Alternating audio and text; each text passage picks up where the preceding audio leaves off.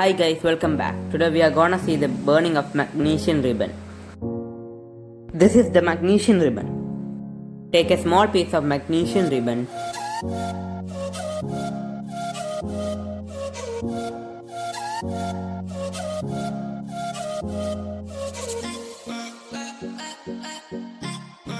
Hold the magnesium ribbon with a tongue.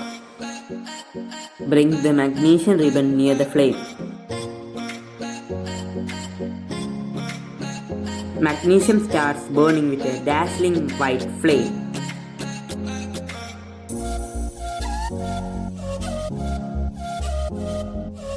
Collect the ash in a small bowl. The magnesium ribbon burns in air to form magnesium oxide.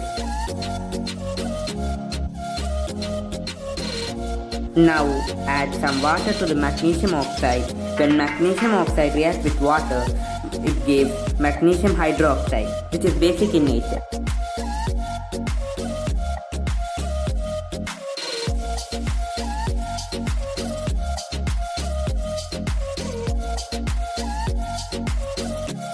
Now we can test with the pH tester.